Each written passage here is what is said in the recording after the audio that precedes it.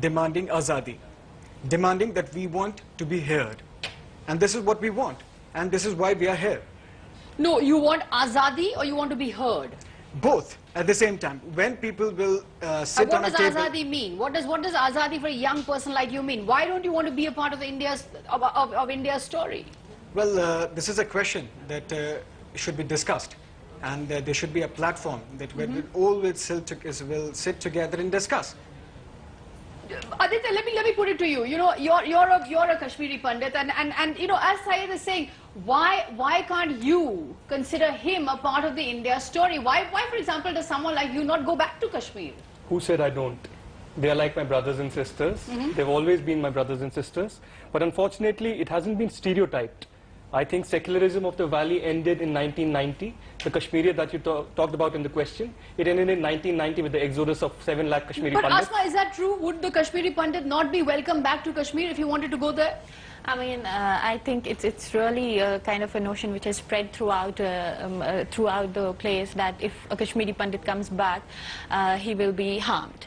I would like to ask, not a question actually, this is a fact that there are still hundreds of Pandits. I'm not saying that there are many Pandits back home, but there is a minuscule minority of Pandits in Kashmir still. And you tell me how many of them have been touched so far after the time you left. And Can I answer? Let me get Radhika, and you know, let me also get you to respond to what Asma is saying, and also what Syed is saying, is that why don't people like you also respond to the human rights violations, to the police brutality? Why should we discuss these things? We should discuss 60 people have been killed. They are innocent civilians. And it took 53 civilian killings for Prime Minister to say, yes, there's a problem. Unfortunately, there has been a fear psychosis. Pandits and Sikhs have been continuously being targeted. There have been threatening letters in the gurdwaras and temples in the recent times, in the last 2 months. Unfortunately, this can't be reported. But when there was a recent demonstration, Radhika, at Jantar Mantar, and the Kashmiri youth were demonstrating there, why did the Kashmiri Pandits come and unfold banners of Panoon Kashmir? Why couldn't they also join hands with the Kashmiri brothers and sisters and talk about human rights violations? Because there's... And talking about 1890. That's what everybody tells us. Today we are here to discuss about what is happening in Kashmir since last 3 months. We are talking about civilian deaths. And so far as Kashmiri Pandit brethren are concerned, we heartily feel for them. We do, and they do for us. I mean, can I respond to that? Can I respond to that? Because we've heard this time and again, right? Everybody, right from Saeed Ali Shah Gilani to midwives Omar Farooq to Omar Abdullah says that come back, please. There's a reason why we're not coming back, right? We're not idiots. We're not like we're not going back to our own land because we don't love the land, right? Most of my parents have lived their lives there. He made a fervent plea to us youth, and he said that you go back to your place and tell the people of Kashmir कि वो violence को छोड़ दे. So because I'm helpless, I cannot do anything until unless people don't stop resorting to violence. I cannot do. But don't you trust the government? Don't you trust the government to do anything for you unless you stop the violence? No, there is a trust deficit in Kashmir. There is a trust deficit with the government as well. I think there is no trust at all. There is no trust at all. Can you understand their pain?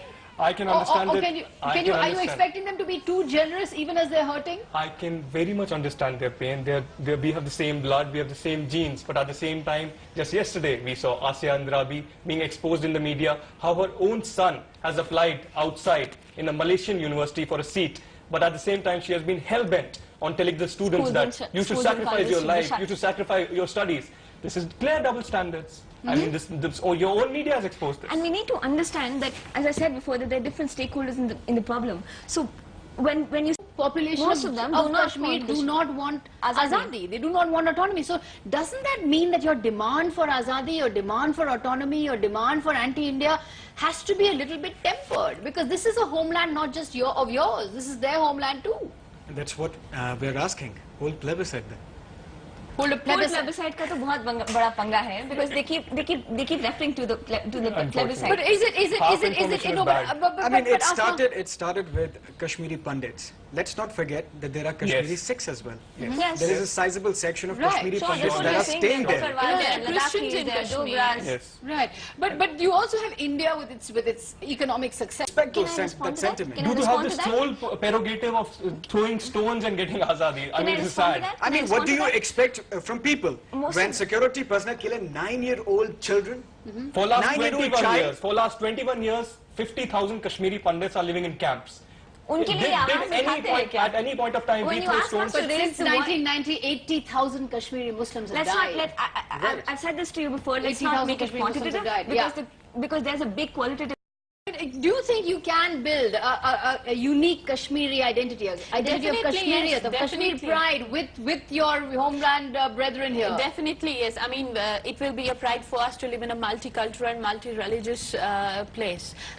Kashmiri Pandits are always welcome. I mean, even I may put a point here that when Amarnath agitation was going on, no doubt there were people on the streets, but at the same time, it was Kashmiri Muslims who organized langars on road. And not even a single Hindu was touched. Not even a single. You know, if I was a Kashmiri, I would think, what a lovely state I come from. I have Hindus, I have Muslims. I can build a state like no other in India. Certainly, Sagarika. I really want that ideal situation when we all live in brotherhood. But unfortunately, Inshallah we will. Unfortunately, recently in Amarnath, mayor of Jaipur was attacked.